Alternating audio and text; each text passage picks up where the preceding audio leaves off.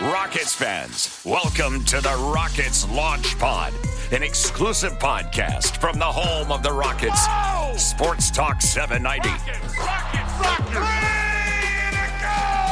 Red Nation, get ready. Get ready. The Rockets Launch Pod starts now. Welcome aboard.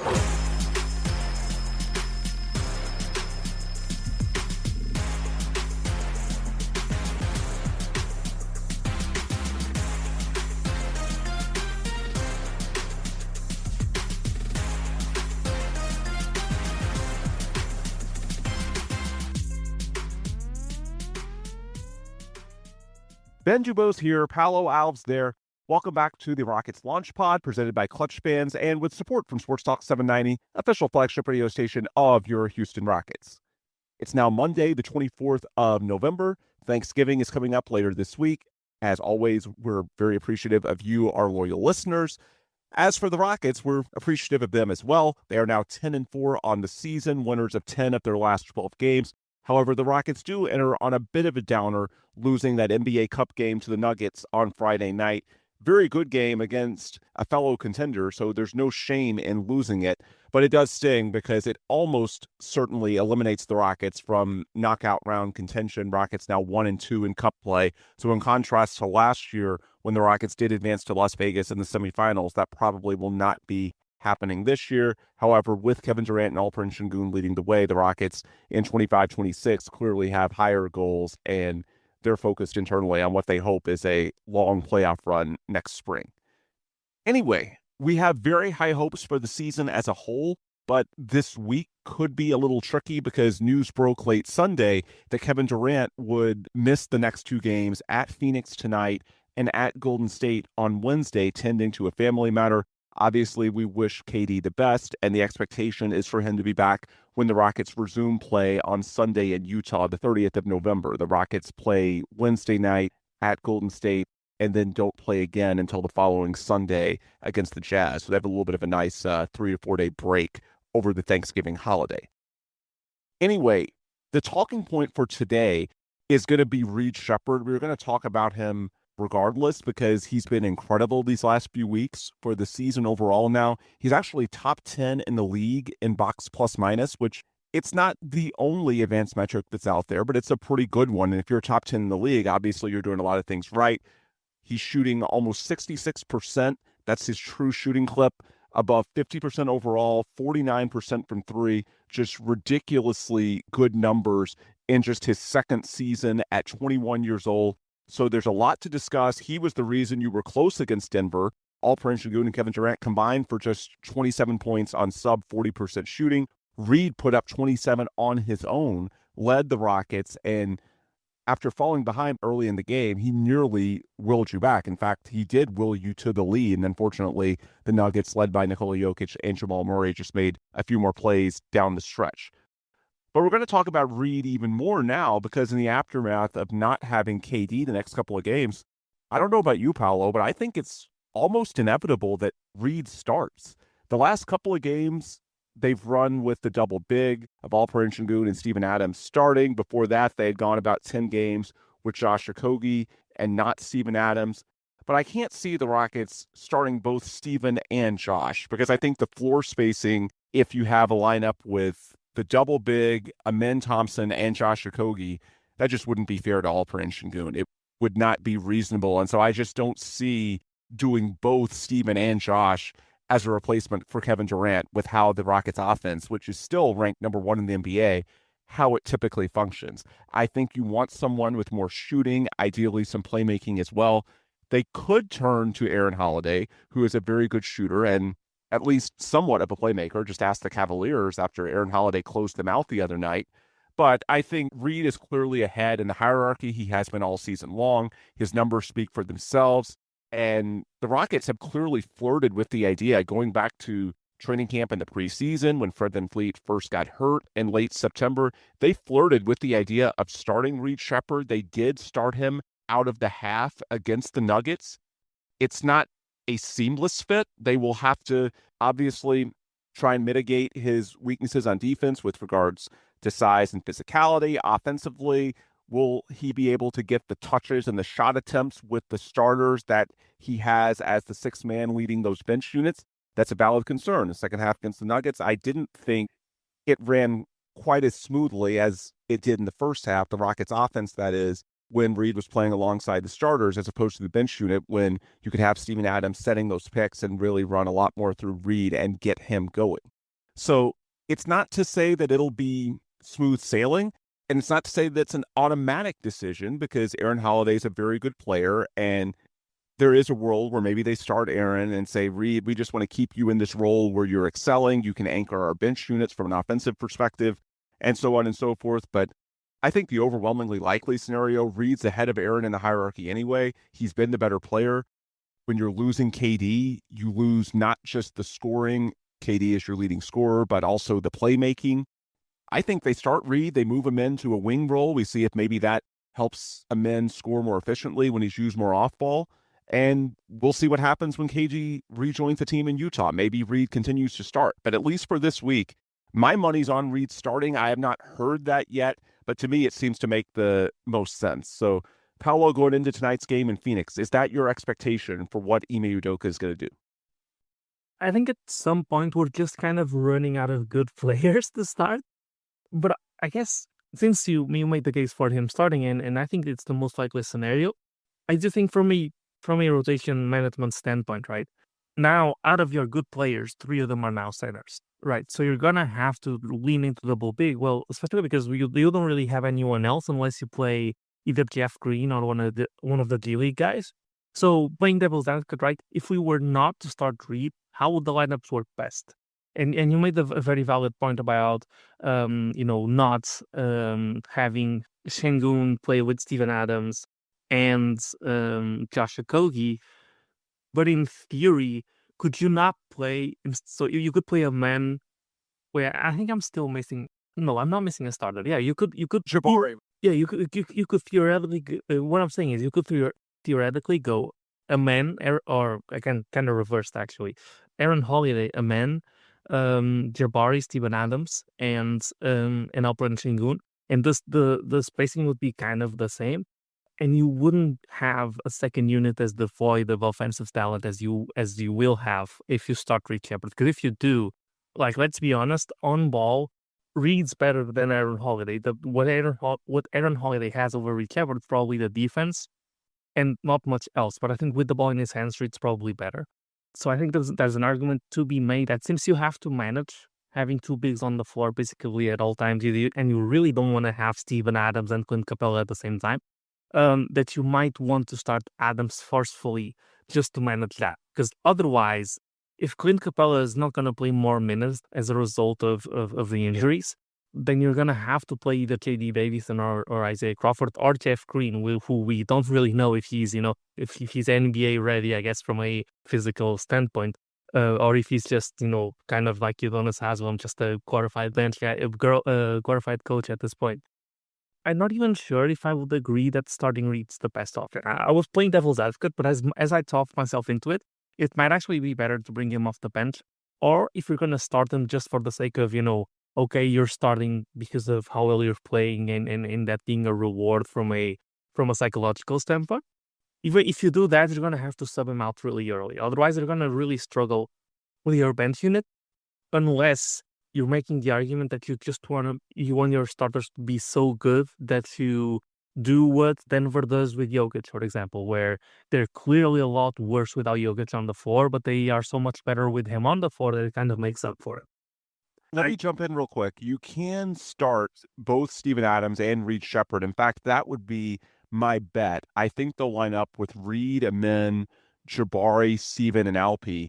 And you can also bring back J.D. Davison, who's listed as questionable. He was in the G League, but I'm sure they can fly him from Austin to Phoenix in time for Monday night's game. And so I could see J.D. Davison being the spark plug off the bench, and then you start Reed and Steven both.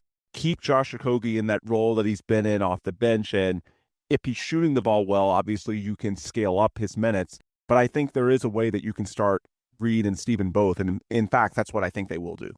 Yeah, I think you can, but then again, it falls to the same argument of how does that bench unit survive with a backcourt of J.D. Davison and Aaron Holiday and Do West? I not mean, disrespect the legend Baron Holiday. oh, I thought you were about to get mad at me about J.D. Davison. No, this is Aaron Holiday's week after what he did against the Cavaliers. Look, as frustrating as that loss to Denver was, it's easy to say it's 1 out of 82. You won 10 of 12 because you're coming off another win on the road against a really good team immediately before that. If not for Aaron Holiday rescuing that game, and let's say the Rockets had blown that 22-point second half lead and then lost the Denver game, I think the tone of this pod would be very different. So for this week, we have to sort of bow to Aaron Holiday and say, thank you, man. You've kept the vibes very positive for the time being. Right, but the way Aaron Holiday won us that game against the Cavs was spotting up for other creators. Right, it wasn't really creating off the bounce himself. With a little bit of that, but mostly. Yeah, it's the fact that he can just spot up like 3 steps behind the line and just have crazy spacing like that.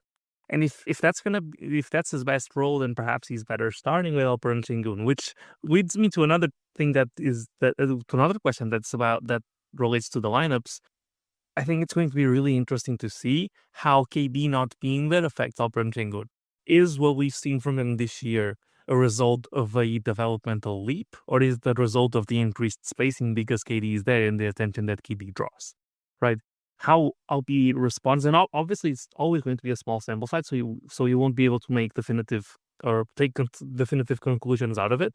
But because the Rockets are going to have to lean really heavily on Sengun, and what will we see? Like, will we go back to a little bit of what it was last season where there's just no space at all and when we were having to be a really greedy team and he's having to throw up shots that sometimes aren't the best because the team didn't get any better? Or is he just, a completely different player? Is the mid-range that he's been shooting this season, those shot puts, is the touch all the way back? Now that KD isn't there to soak up a lot of the attention as well. Although I guess we could go with the more optimistic route, which is KD's not there, but there's more space for Reed to shine, and Sam Sengun will have that space anyway because Reed will channel his inner cocaine Curry, even though I think his better nickname is IRS, but nobody agrees with me. Well, another reason that I'm in favor of Reed is look at the schedule coming out of these 2 games this week. These are not going to be easy games. The Suns have a winning record, even if I think that's largely a product of a soft schedule and some luck. They overcame an 8-point deficit with under a minute left the other night against Minnesota, which, give them credit for that. But is it sustainable? And they don't have Jalen Green. I don't know. I think they're a better team than expected, but I don't think they're as good as a 10-6 record would have you believe. Now, conversely, I don't think the Warriors are as bad as a 9-9 record as of Sunday would have you believe. So just ask the Spurs and the 2 wins that Golden State had at San Antonio with Wemby about that. So the bottom line is these are not going to be easy games. And so it's unfortunate that these are the 2 that KD has to miss. But then coming out of these 2 games, this stretch next week, starting Sunday the 30th, might be the weakest that you play all year. You've got a back-to-back in Utah, and then you've got Sacramento and Phoenix at home, the Suns still without Jalen Green, and Dallas on the road. So the Jazz twice, the Kings, the Suns, the Mavericks. But without Jalen Green, do you mean that they are stronger than usual or weaker on shields? Come on, man. This is a Jalen Green friendly podcast. I think he gets a rough, I was going to say rough whistle, but I don't know if whistle's the term for Twitter, but I think he's been put in places early in his NBA career, especially in Houston, where the on-off numbers are not always representative. And in Phoenix, to his credit, he only played in 1 game. He was actually really good in that game. So it's just unfortunate that he re-injured the hamstring, and now he's probably out until 2026 at this point. Feel terrible for Jalen. But no, that Phoenix team, Devin Booker's a really good player, but I don't think the collective talent. Now, Dylan Brooks' revenge games, I do expect Dylan to bring his best effort, although you never know. He might also get himself tossed because we know sometimes when Dylan comes in focused trying to make a point, sometimes his point comes across a little bit too strongly and the the eyes and ears of NBA officials. We've seen that some the last couple of years. But the point is, go ahead. Typically, our best weapon against Phoenix the last few years has actually been Jalen Green, if you remember correctly. He's performed really well against Phoenix over the few years that he was here. I can vividly remember one of his, him going toe to toe with Devin Booker. But yeah, sorry to interrupt for the second time.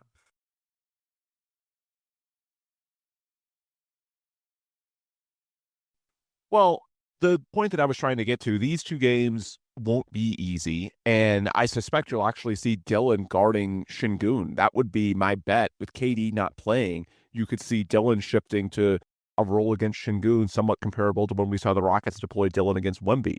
Not that Şengün and Wemby are identical players, not even close to it, but the idea of Dillon holding up in the post against a star big man, we've seen that, and obviously Şengün, like Wemby, where they do have some common traits, is in their ability to handle the ball, play at different levels, and that's where Dillon can shine, both being able to defend on the perimeter, but also being stronger than you think inside. So we'll see how that goes. But the point as far as Reed is that this schedule next week, which does include the Suns one more time, but that one's in Houston, it's pretty friendly. And so when you worry about starting Reed, the concerns you have are obviously defensively. Teams are going to hunt him more, and to this point, playing him off the bench, it does help in that, he's fresher, he's playing against backups, so he'll get hunted more. But against weaker teams, do they have the talent to really hunt him on that end? And then offensively, there is an integration. Like if Reed goes from being option one to playing alongside KD, Şengün, and Amin, it's not easy. We saw that early in the second half against the Nuggets when Denver went back on top by double digits or close to it. It's not as easy when you go to a lower spot in the hierarchy, and there were parts of that third quarter where it felt like they were using the Rockets, that is, Reed Sheppard, the same way they used Josh Okogie and just stashing him in the corner, which is not maximizing the skill set. So there are some growing pains if you start Reed. However, if you do it in a part of the schedule where you're probably going to win anyway, it's easier to justify that. And that's what makes me think they might start him this week. They might not have a choice.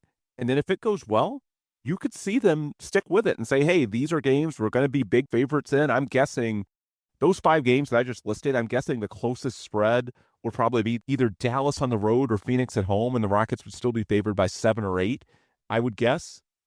I know Sacramento beat Denver on Saturday night, but come on, that's pretty fluky. And the Nuggets, night 2 of a back-to-back, no Aaron Gordon. They were pretty gassed after putting everything into that Rockets game.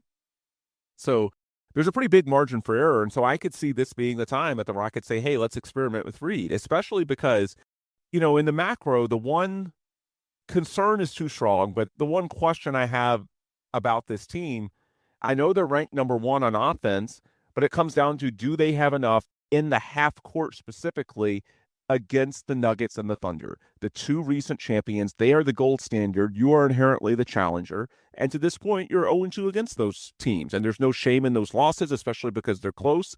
Yet there is still a ways to go. And when you look at the Rockets, the season as a whole, look, we did our player grades, our last full show, and we both had Alperen Şengün as an A, and I think he's only built on that since. He's been phenomenal, the Denver game excluded, which I think is pretty clearly a one-off.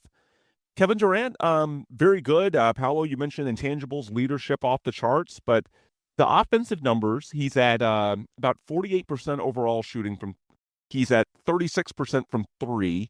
His true shooting is just below 61. All of that is a little below the last couple of years in Phoenix. Not dramatically so, and he's still your leading scorer at 25 points per game on a winning team.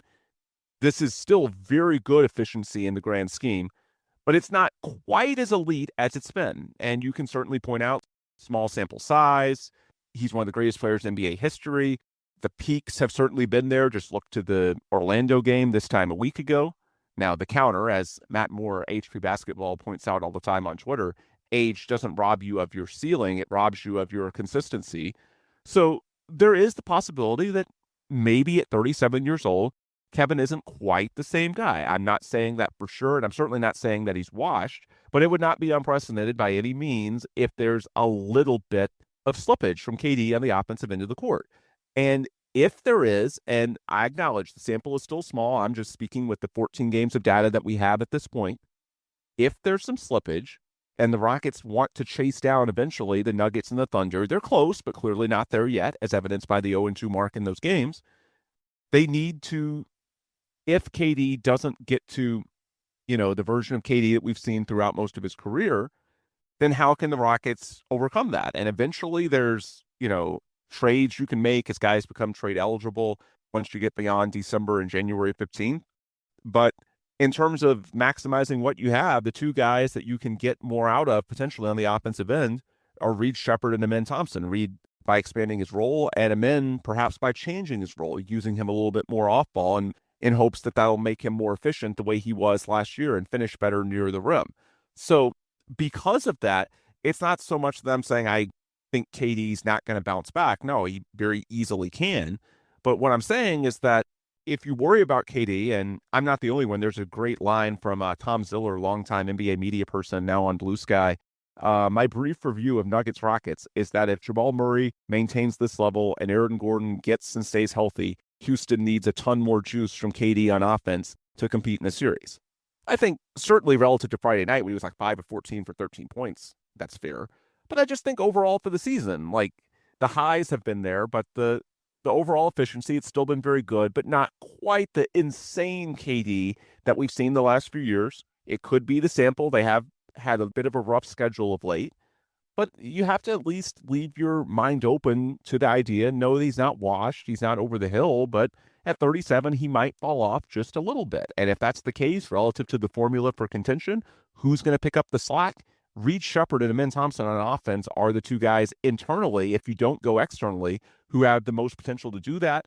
And so in my opinion, if you want to know what you have before that trade deadline window, this might be the time, not just for Reed, but for Amen as well, to experiment with changing their roles a little bit, scaling up in the case of Reed and seeing how it holds up in terms of the efficiency, the defense, how much of that translates to a starting environment alongside other big guns.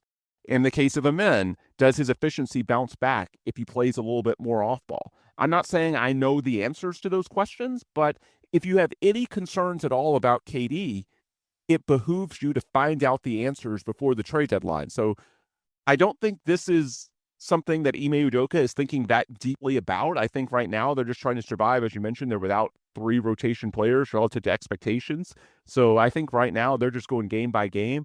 But I also think just from like a macro perspective, that might tip the scales a little bit more, especially in this period coming up where they don't have games between Wednesday and Sunday, to where you think a little bit and say, maybe this is the time, especially with the schedule easing up, that I want to get these data points on Reed being used as a starter and in different ways so that going into the trade deadline window, I have a better idea of what I have in Reed and as a result, what the team's potential with him can be by the time you get to the playoffs. So I guess, Paulo, what are your thoughts on those angles as far as, not just surviving in the short term, but also using this as an opportunity to sort of see what you have in Reed and whether he can, pick up that offensive slack if you need it? It goes back to something, I do agree with you, and it goes back to something that I've been saying for a few weeks, which is, I don't think, even with KD there, that the Rockets were maximizing their talents to gain every single advantage, to get every single win, game after game after game. I said before, I said before that starting a man at the 1 is not exactly probably the best way to maximize the talent right now. I said before that we probably don't run enough KD Shingo actions, that pick and roll that we typically only use late in games. I didn't think before that we were maximizing the amount of wins that we could get. And I did think that a part of it was that, well, let's get these guys ready for when push comes to shove. If we need help from someone else other than KD and Şengün, that they are ready and that they are further along the development paths than they are currently, right? And so I think that plays a little bit into what you're saying. Beyond that, I do think that, well, first of all, addressing the part about KD having a lower efficiency, he's about 3% lower true shooting from what he has been, or from what he was last year and what he has been for most of his career. For most players, 3% true shooting takes you from a good player to a below average player. With KD, it takes you from 64% true shooting to 61%. 61% was, prime James Harden. This to say that, first of all, I think the sample's too small. And I think part of it with KD, I don't think he's lost a step at all. I think that it's mostly that teams are being allowed to be more physical with him due to us not having as good of a ball handler as they have been earlier in his career, right? He hasn't had to deal with this physicality. And because the Rockets themselves are a team that plays pretty physical, more so last year than this year, but still, the other team's also allowed to get away with a little bit more physicality. And that just throws you up a little bit. It's expected that once you go to a team that has that type of culture, that a guy that thrives off of jump shots will have a little bit of a tougher time getting the space to shoot them, even though he can always shoot them. Obviously, the way you guard KD, the way you guard a guy like Wemby is you crowd their space underneath, right? So I do think that plays a part in it. When talking about how to, let's say this is KD for the rest of the season, 61% true shooting, still elite, still very, very elite. How do we make up for that in a playoff series? I maintain that what I had said earlier on the season. The way this team gets better is not on offense, it's on defense. And this is with KD being what KD has been, right? The way this team will eventually turn into a team that can challenge OKC to an even higher level than they did earlier in the season is by being a better defensive team. And by shoring up defensive rotation, probably playing Clint Capella less, probably having defensive schemes that help on Reed Sheppard a little bit more. We leave him on an island way too much. But Ime Udoka, more than me, more than anybody else, will have those answers to those questions as we move further along. I don't think the way you make up for whatever 3% true shooting KD has less than he used to have is on the offensive end, because we are already so good on that end. I know we're not a bad defensive team; we're still top 10. And I know the league I guess our perception is a little bit warped because the league in general is a lot better offensively this season than it was last season. So even though our defense looks a lot worse, we're actually still top 7. I think last time I checked, we were 7th. So I do still think that there's more kind of meat on the bone defensively than there is offensively. Just because I think we are like everybody on this team is performing pretty, besides Amen Thompson for the most part, is performing really well offensively. He's making really good decisions with the ball, save for some stretches in games. So I actually don't think that the way you solve it is by figuring out how to be better offensively. I think the way you solve it is if you do need to go grab a piece off the trade market, so be it. So maybe a guard that's better defending on the ball.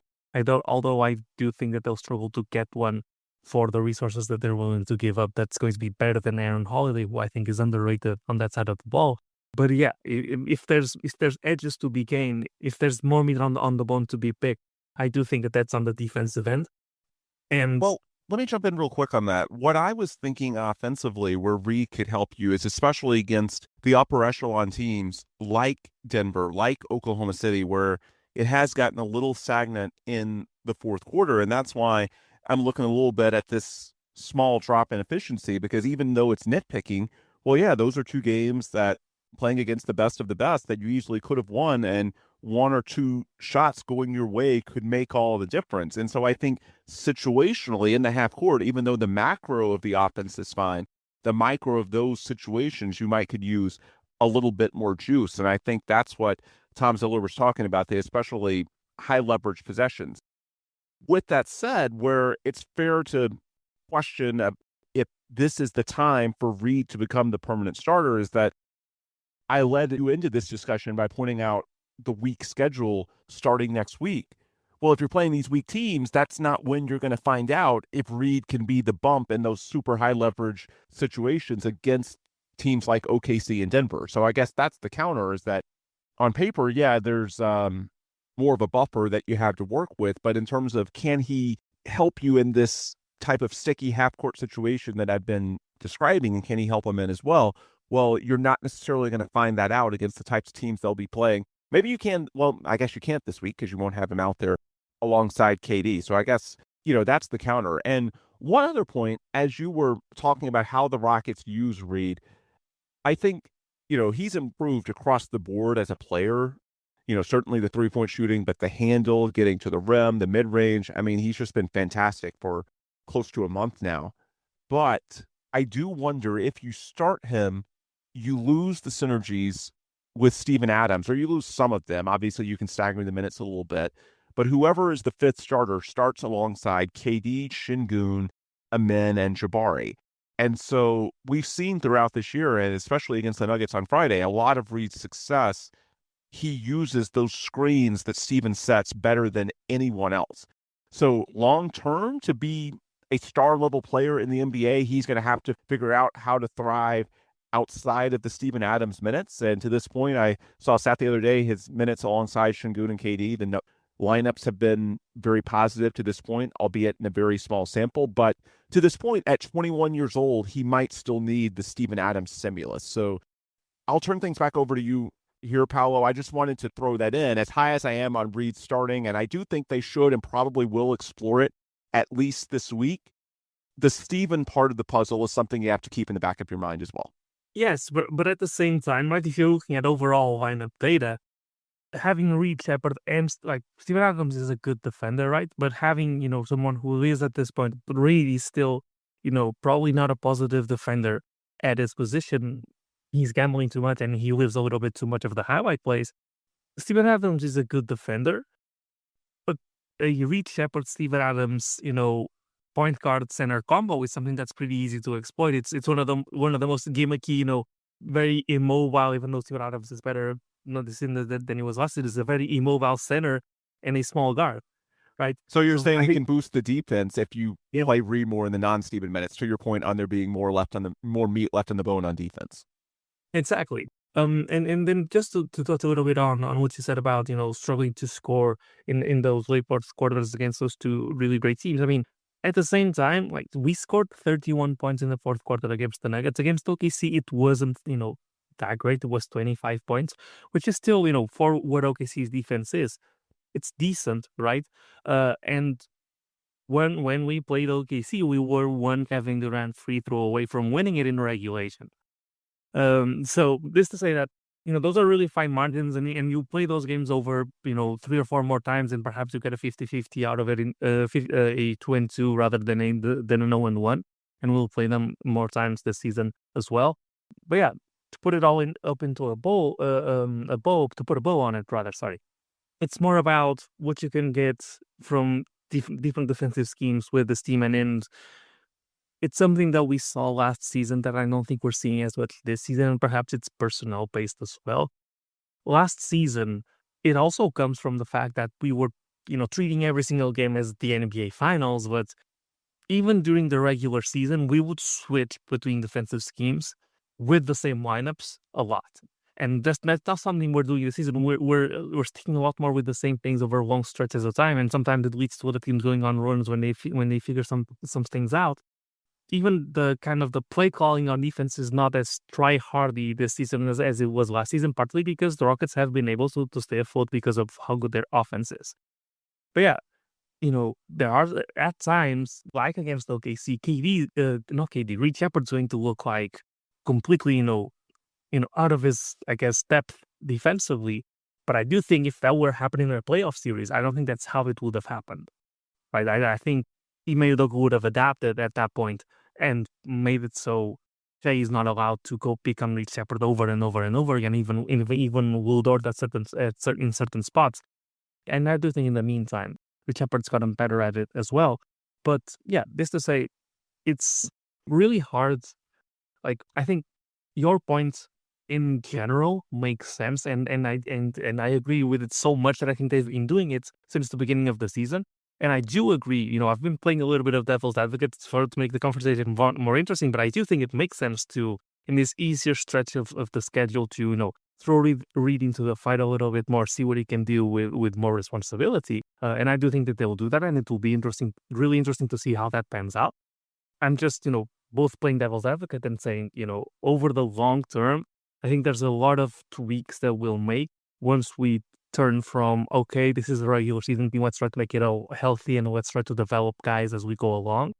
Once things start to tighten up a bit more and we get closer to the playoffs, I do think that a lot of these concerns won't be what we'll be talking about, because, as I said, there's a lot more to get better at on the defensive end than there is on the offensive end. Yeah, I do think that eventually there will be greater concerns, or at least other concerns to look at and other variables. It just strikes me that right now, the Reed variable, and by extension, what it means for men if he's used a little bit differently, is the low-hanging fruit that you can evaluate, especially given that you're about to approach, starting December 15th, a window in the NBA calendar where you have a little bit of flexibility to go outside your organization for upgrades if you think you need it. So this period where you have a few injuries stacking up and you have a weaker part of the schedule to start December, to me, it strikes me as an ideal time to learn some of these things, especially with Reed building in confidence anyway. Like you could see him improving by the game. This might be the time to sort of throw him in the deep end and see sink or swim how he fares. So, Paulo, to close the loop on the Reed Sheppard discussion, I think we both agree that this week he's probably going to start. You can't completely rule out the possibility of Aaron Holiday, but I think it's probably going to be Reed. But then next Sunday in Utah, when Kevin Durant is back and assuming health, you have the four locked-in starters between KD, Alpi, Jabari, and Amen. Is Reed Sheppard starting on Sunday afternoon in Utah? Gun to my head, I would not bet a lot of money on this, but I think yes. Like, I think this might be the time, especially with how well he's playing, assuming these next two games don't go catastrophically poorly. Gun to my head, I lean yes. What's your prediction? It's tough to contextualize because we are expecting KD to be back by then, which would mean that Reed starting would have been basically the same as if we made the switch from Reed, going to the starting lineup last game, right? That would be the equivalent. I guess you would have the excuse, not really an excuse, but you would get to say, okay, we were already starting him, so we're, just continuing to do what we were doing before. I'll go with he won't start. Okay. I'll Do you think he'll stick with the double big or Josh? I think they'll go back to Josh, but I do think that that at that point he will be coming off the bench, but he will get to 30 minutes a game for that stretch. Kind of a middle term, which is not really exciting, but that's what I got. Yeah. He'll play starters minutes, but he won't technically start alongside the other big guns. Yeah, because I think that's just what makes most sense from an offensive standpoint to make sure that the second unit survives as well. Fair enough.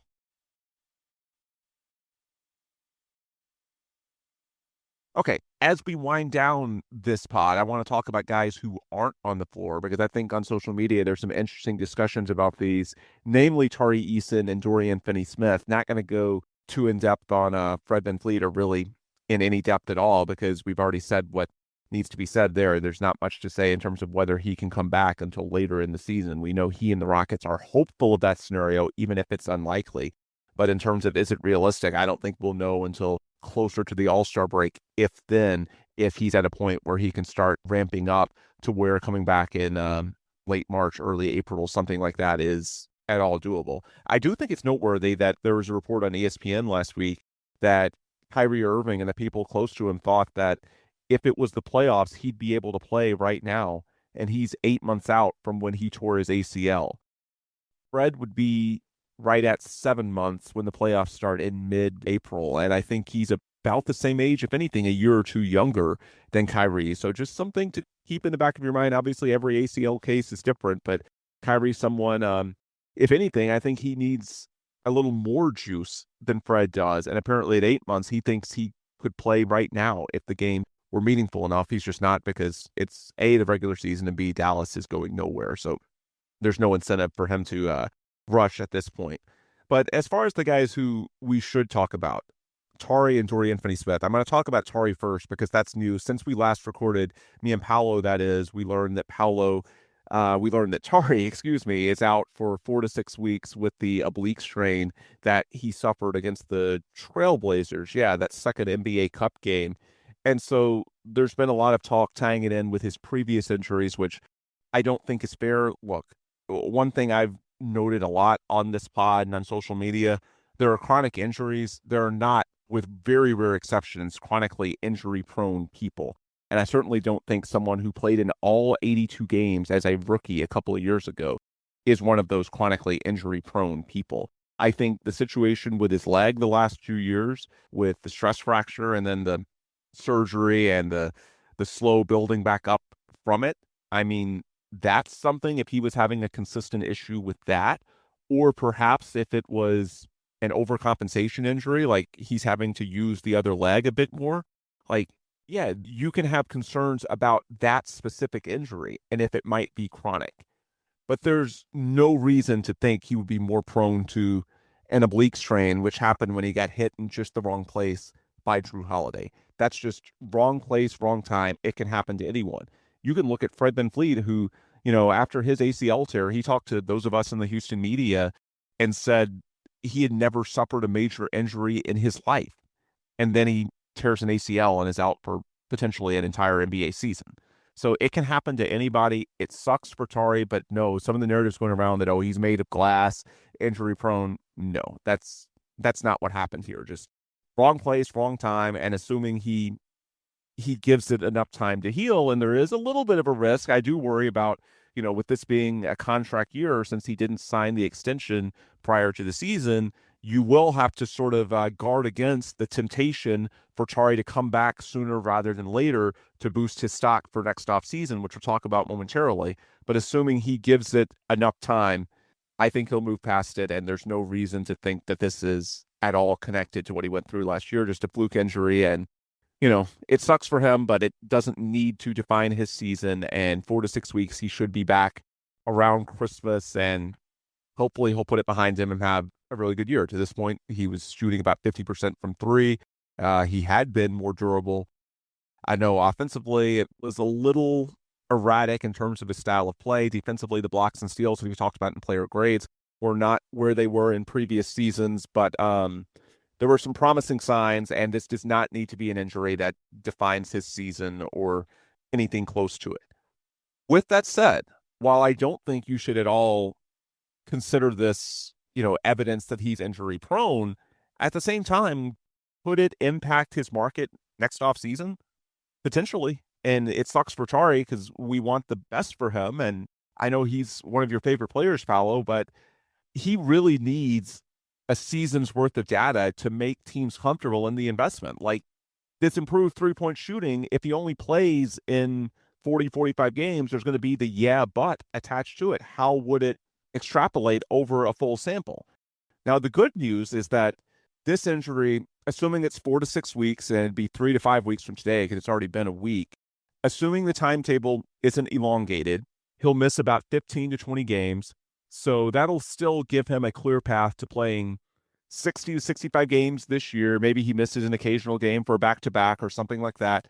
But if he plays 60-ish games in the regular season, and we hope at least 15 or so in the playoffs, we hope this team has a multi-round run, then that's going to be combined a sample of something in the neighborhood of 75, 80 games. And so that's plenty sufficient data that whatever numbers he accumulates this season, however he contributes to winning, that would be plenty. One of my nitpicks, by the way, I really hate when folks don't count playoff games played towards, evaluations of players. If anything, you should count them more. You should add them to the regular season because they're even more important. So if Tari plays 60-ish in the regular season, then you add what we hope is 15 or 20 in the playoffs, then yeah, that's a big enough sample that this is just one of those injuries that happens over 82. Nobody's going to think anything of it. However, what this does do is dramatically reduce the margin of error to where if he has a sprained ankle or a hamstring pull, any other injury, to where all of a sudden he's down to, say, 45, 50 games, coming off 2 seasons where the last 2 years he averaged basically 40 games played, then that's a point where I don't necessarily know that teams would or should considering him injury prone, but the sample would just be so small that nobody's going to offer him anything close to, I'm sure he'd love to have, 9 figures guaranteed, but if the sample is this small, then even if he does show growth as a shooter and in these other areas, the question is going to be there as to how it extrapolates. And so he'd find himself, in my opinion, in the same position he was a few weeks ago with the Rockets, which is that, they're willing to offer partial guarantees and stuff like that, but teams are going to want to negotiate and protect themselves based on the combination of the injury history and just the difficulty in projecting based on the sample being so small.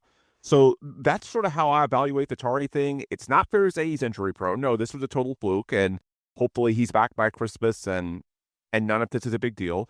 And if he stays healthy the rest of the way, then I think the sample will be large enough to where it doesn't really affect his market. But what this does do is make it to where it's close enough now that if he has one more, let's say, moderate injury, one more that takes him out for, let's say, another 4 to 6 weeks types of thing, like a grade 2 ankle sprain, hamstring pull, something of that nature, which does happen throughout the NBA, that at that point, the sample would be compromised enough to where it would have a major impact. So that's sort of how I assess the Tari situation. I don't think that this in and of itself is necessarily crippling, but it does dramatically decrease the margin of error. And so because of that, the Rockets and Tari are going to have to be very careful to resist the temptation of coming back too soon. I guess that's my view of it. Paulo, how do you view, I guess, the aftermath of the Tari injury and what it potentially means for him both this season and leading into, an important summer for him financially in 26? First of all, I worry about the impact that it will have on Tari, like mentally. Tari had a really difficult season last season. Tari had the passing of his father, just really, really tough things to deal with. Then he went into the off season. He didn't get it. There were two things that apparently bothered him. The first one that an extension didn't get done. Then the fact that he wasn't on the ESPN top 100 list when he felt like he should. And now going into the season, he's once again being held back by an injury, which is exactly what led to all the problems that happened basketball related last season. And he's already, and we've seen him in press conferences and stuff like that. He's already not the happiest camper, and I worry for what it will happen, what it will do to him mentally to go through another stretch of a month and a half, perhaps 2 months, because typically the Rockets, especially with Tari, have played it carefully, but they've played it carefully with basically everybody. They tried not to rush people back. So I do think that first of all, I do worry about Tari mentally, and I hope that he's doing well. And I know that they have a great atmosphere within the team. We obviously know his mom from Twitter seems to be a very kind person. But moving on from that, I think it's very, very unlikely that he plays more than 62 games, just based off of this injury alone. And then it's just so easy to miss 3 games, 4 games, just an ankle sprain. And I'm not even talking another 4 to 6 week window. Talking about one of those, light problems that sometimes appear as a bruise or something like that. Something that just takes you out for just a few games, just 3 or 4 games or 1 game at a time, but you're managing throughout the season. I think it's very unlikely that he plays more than 62, just based off of of what currently is going on. There's between now and the 26th of December. There's 15 games. 2 of them aren't scheduled, so there will be 17 games with the 2 cup games, right? 2 extra cup games. So, no, I think even Christmas is a little bit optimistic. Perhaps he misses, let's call it 3 more games, and he missed 20. He's already at 62. It's really hard for any player to go from January to the end of the season and not miss a single game. Especially with how intense the Rockets like to play and how intense Tari Eason plays. Back-to-backs happen, stuff like that. Injury management happens, an ankle happens here or there. I think it's very unlikely that his season doesn't end up in the 50s. It might be 59, it might be 58, but I think it's really tough for it not to end up there. As far as how that impacts his next contract, I'm with you. It's the tough reality of the league. You had one worry coming into the season, and that worry materialized once again. And it's one of those things where the major risk for teams is longevity, and the major risk for teams is being injured, right? And this is not a situation like LaMelo Ball, where he's injured a lot of the time, but he's a star player, right? His impact in the game when he is on is really, really big. This is a role player type of Tari Eason, for all his good and bad, is a role player. And so it's harder to make a bet on giving someone major money when they're injury prone, when they're a role player, because the upside just isn't quite there. Like, we know how impactful Tari can be. There is a little bit of upside there, but you're not throwing a lot of money at Tari to pry him away from Houston because you're betting on his upside. Now you're betting on what you've already seen on a small sample, right? And then there's another thing, which is typically with guys that are injury prone, they sometimes take prove-it deals, right? Okay, we'll sign you for 1 or 2 seasons. In this scenario, a team signing Tari away from the Rockets, let's imagine it's not the Rockets, for 1 or 2 seasons, is not going to get bird rights on him. And so a prove-it deal doesn't really work because he's going to have to hit free agency again. And we've known players that got shafted for hitting free agency over the last few years, whether it is actual free agency or restricted free agency. So I think going into next year, I think this makes it more likely that Tari stays with us for 2 reasons. First of all, we have all of the information about his medical history and what was a fluke and what wasn't, more so than any team trying to sign them. We know what we have, and Tari wants to be here, and we've talked about before plenty of times that the Rockets are a team that really love Tari Eason and really appreciate his impact. And I think if push comes to shove, a compromise can be made where perhaps we trade off some of the non-guarantees for a longer contract at a lower AAV or something like that. And so, because that's what Rafael Stone has shown prowess in, is the understanding that really long contracts are basically every time very team-friendly. We've seen it with Jabari Smith. We've seen it with Alperen Sengun. We've even seen it with Dorian Finney-Smith. Like, this front office very clearly understands that length is really important, that there's a lot of upside there. And that makes me happy because I do really think that for the Rockets, the best thing that can happen is for Tari to stay, even if it costs a few more dollars than perhaps a replacement level or someone who's almost as good but hasn't been here as long. Like, I think Tari has a lot of upside in his impact in the game, even as a role player. It's just tough. I think this injury will hurt the perception of him outside of the Rockets more than it will hurt the perception of him in Houston. So it's because it's, as you said, it's going to be 22 games in 23-24, 57 games in 24-25 last season. And we're talking probably about around 57, 58, 59 maybe games this season as well.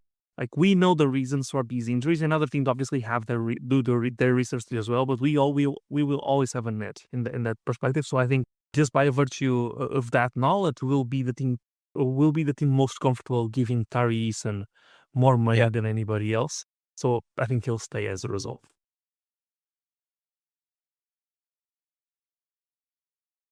Yeah, the one pushback I would have, I do think, as mentioned earlier, you would have to add, if the Rockets go on a long playoff run and he stays on the floor, you should add that to the upper 50s total. However, for that to be fully weighted, he then needs to play well in that playoff run, which, because you're playing the best of the best, can be difficult. We know last year he struggled against the Warriors. So I would note, if you want to look for, the sunny side up version for Tari, it's that if he goes out and succeeds in the playoffs and has a long playoff run with what looks like a contender right now, knock on wood, assuming health, then you could boost that number to something in the 70s. Maybe we get really lucky and it's the 80s. But there's a lot of ifs to that, both in terms of the team results and, of course, how Tari fares if he's out there with the Rockets for an extended playoff run. The other injury guy I want to touch on before we wrap up the pod is Dorian Finney-Smith, because I can sense the frustration growing, and I'm just curious your take, Paulo, on when the moment will be that you officially get concerned. And maybe you're already there. I'm not there yet, because when you look at what we actually know about the off-season ankle surgery, and according to reports, it was the same or very similar to what Jae'Sean Tate had, and Tate came back a few weeks ago and was clearly not himself, and that's why he's going down to the G League to try and work back into better shape, get his rhythm back, all that good stuff. So returning from off-season ankle surgery early in the ensuing season is not easy. And so the Rockets have not offered a timetable. It's not like he's in hiding. He is working out. He is doing some physical activity, but they have not said when they expect him to play. And so for me, I'm sort of keeping Christmas as the inflection point. Like, if he's not playing or clearly ramping up by then I would be concerned, because at that point, early January, I believe, is the halfway point of the season. And clearly, when it was leaked that he wasn't going to be ready to start the year, if it's the type of injury that might cost him more than half the season, you'd hear a little bit more from the organization. You'd hear the team sort of bracing media and fans for that outcome. We did not get that. So the way it was handled makes me think that they don't have a definitive timetable, but they don't expect it to be like anything close to a majority of the season. So if it's 2 months or under, something in that range, and especially if the Rockets are winning games at a high level anyway, I could see it as an annoyance, but for the greater good, which obviously they believe in Dorian Finney-Smith as a player and what he can be in the playoffs. Hopefully you deal with it and you trust your depth, which to this point they've done, although with the injury to Tari, now that depth is getting tested increasingly so by the week. As far as the ankle injury itself, it's important to remember, like I've seen all these, Lakers fans are all over social media and this talk of laser eyes, Rob Pelinka, and this is why they didn't bring back Dorian Finney-Smith. This is not some secret injury that no one knew about.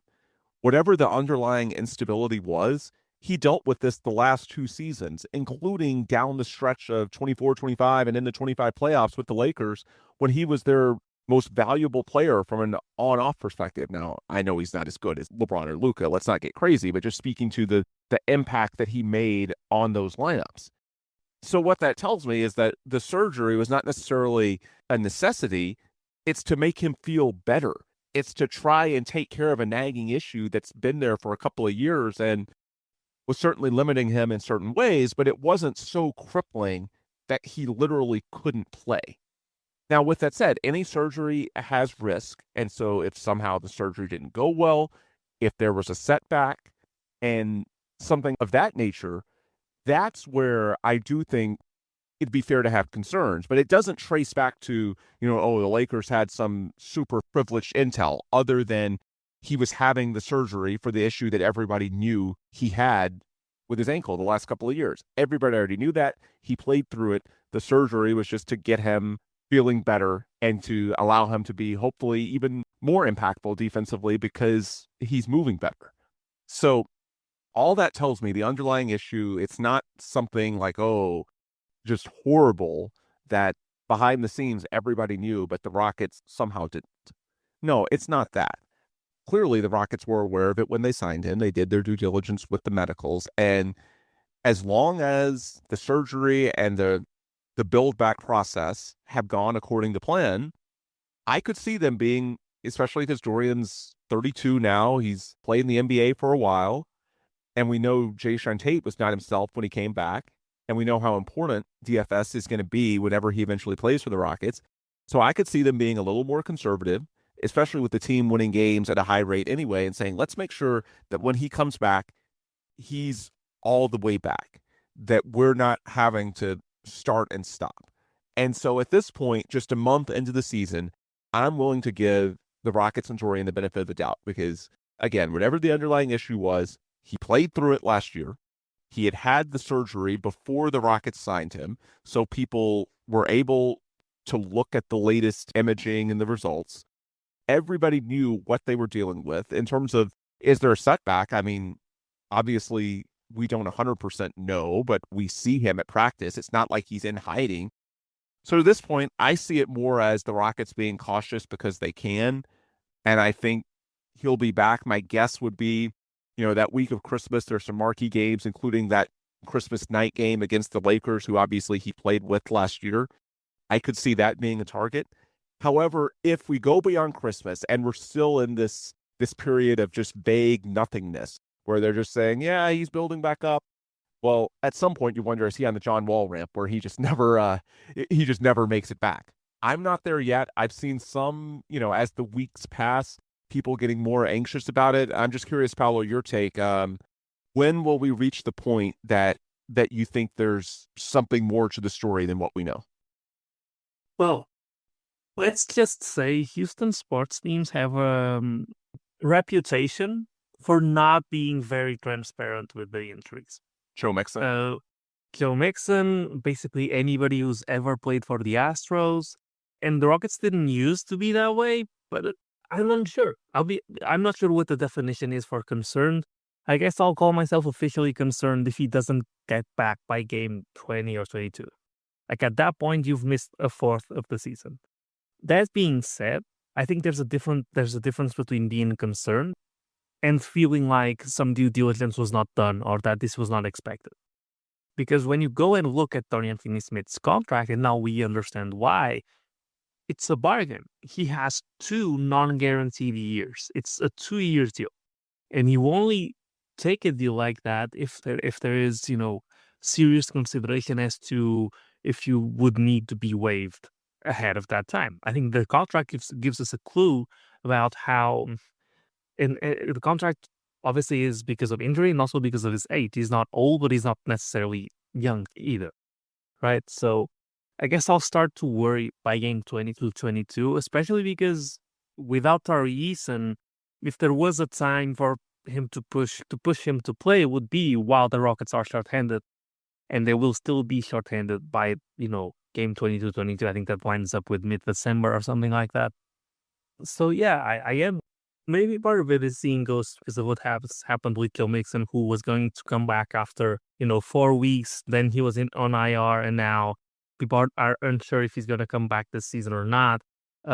So maybe that's it. But we are at a point where the Rockets could really use Dorian Finney-Smith, and he's not ready to go.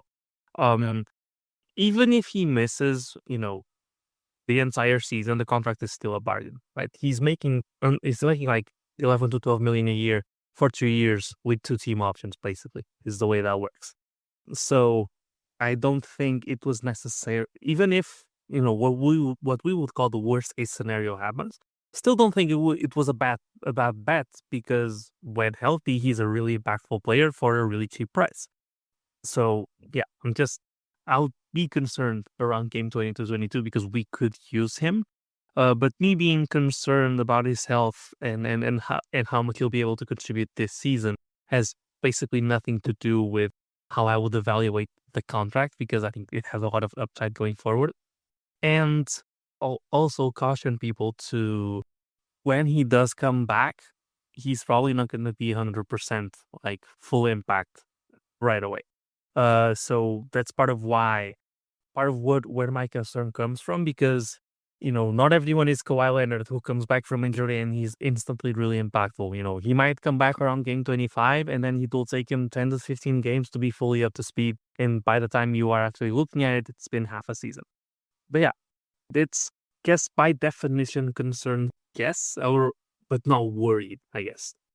Yeah, that's fair. And to your point on the quarter mark of the season, that will actually be in a couple of weeks. They have, coming out of Thanksgiving, that very busy week that I referenced earlier with 5 games between Sunday the 30th and Saturday the 6th, which will be their 21st game of the season, I believe, because after Golden State, they'll be at 16.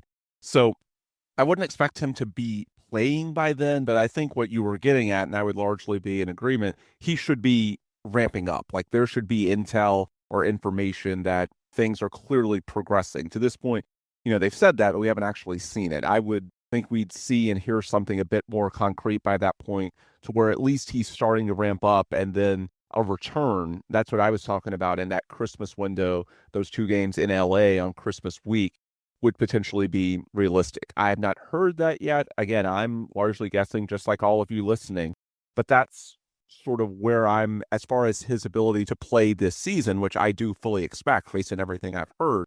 That's sort of the timeline that I'm looking at. And if we're still, by mid-December, we haven't heard anything, and by Christmas, we haven't even heard or seen any evidence of ramping up, then yeah, that's the point where it's like, okay, maybe there was a setback. Maybe there's more to this than we know. But based on what we know now and the history of returning from ankle injuries, again, just look at Jae'Sean Tate, who had the same surgery and has not looked good at all since coming back.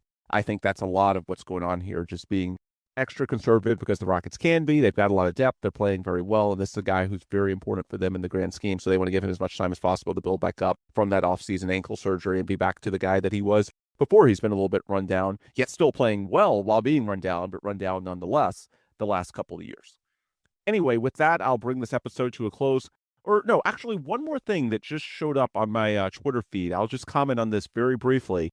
Fred VanVleet's been replying to comments all day because he's launching his own podcast during his rehab. He's got a bit more time these days. Unguarded, I believe, is the name. First episode should be launching this week. Someone asked him, when's he going to announce that his ACL is healed and that he's coming back for the playoffs? Fred's response, no announcement. I'm coming out the tunnel like Willis Reed. #unguarded. That's the name of his podcast. So first things first, listen to the podcast. Fred's a very well-spoken guy. But secondly, I'm telling you, behind the scenes, to anyone who will listen, they have not given up hope at all of a Fred VanVleet return this season. And even if it's in a limited capacity, the Rockets can certainly use him. A leader, a floor spacer, a good defender, amazing communicator, and what a lift it would be psychologically for this team. Even if he's not fully himself until next season, just the possibility is something to sort of keep in the back of your mind. Another variable that hopefully the Rockets will have more intel on by the time you get truly to that trade deadline window in late January, early February. Anyway, with that, I will bring this episode to a close. And if you want to hear from us before our next full show, well, you can listen to some of the post-game lives that I've been doing over on the Clutch Fans YouTube. Paulo's been involved in some of those as well. But you can also read my work in USA Today's Rockets Wire. You can hear me occasionally on Sports Talk 790, official flagship of the Rockets. And you can also check out our archives of the Rockets Launch Pod, which you can find at your podcast home of choice. Regardless of what you want to find, the Clutch Fans Live YouTube, podcast archives, USA Today's Rockets Wire, Sports Talk 790, Clutch Fans, where I blog, along with the aforementioned Rockets Wire. All of those links, you go to LaunchPod790 on Twitter/X. You hit up the link tree in the bio, and that's got all the links that you need to support this show and support Paulo and myself. All right, with those plugs complete, I will adjourn. As always, we appreciate you so much for listening. Have a great Thanksgiving. We are thankful to have you all, our loyal listeners, and what's turned out to be a great audience for talking Houston Rockets basketball. Enjoy your holiday week, and please come back soon for more new episodes of the Rockets Launch Pod.